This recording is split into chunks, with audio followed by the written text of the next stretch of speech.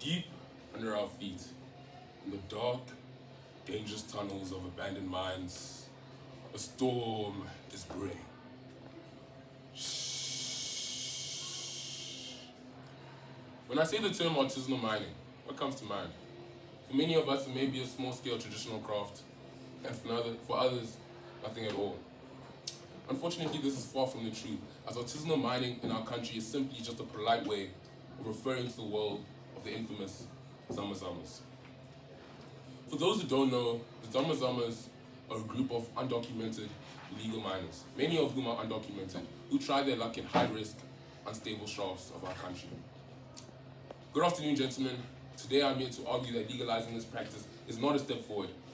Instead, it is a dangerous surrender to a system that is unsafe, ruins our environment, and is impossible for our country to manage. Firstly, according to research from Harmony from January 2025, illegal mining is not a victimless crime. It is a triple threat. It makes mines unstable, which puts legal workers in danger. It poisons our nature through chemical leak, and most importantly, it takes the lives of the illegal miners themselves.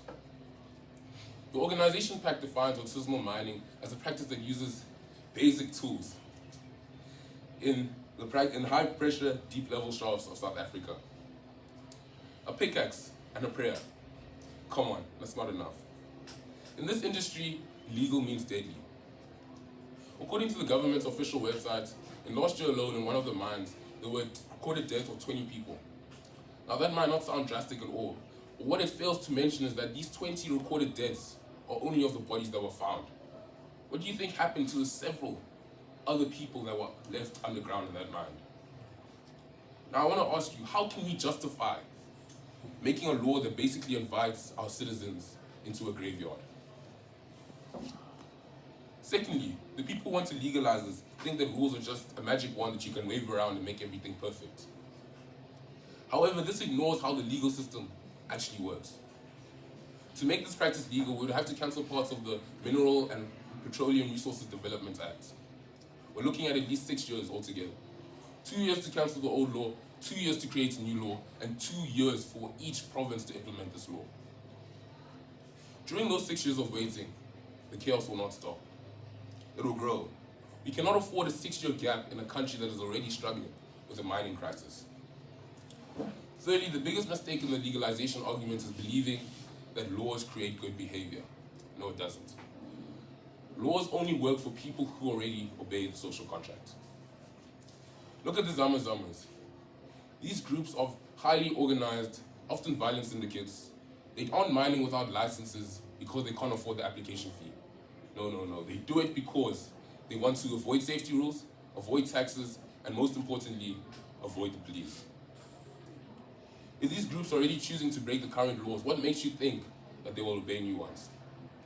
If we ignore these and create lighter versions of the law, what do you think this says about our justice system? It says that it can just be pushed around.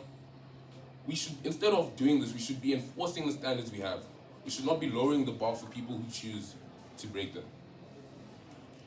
In conclusion, the solution is not to make the danger legal, but to replace it with something sustainable. Instead of legalizing a death trap, we should focus on the National Mine Rehabilitation Program. South Africa has thousands of abandoned mines that need to be replaced and restored. By employing mainly those involved in illegal mining, we can create safe, formal, and tax jobs. This addresses the poverty that's driving the Zama-Zamas without asking them to risk their lives in crumbling shafts. We cannot regulate tragedy. We must choose the responsible path. Enforcing our laws, breaking the syndicates, and restoring our land. For our sake, we must recognize artisanal mining for what it really is, a risk South Africa cannot be willing to take. Thank you.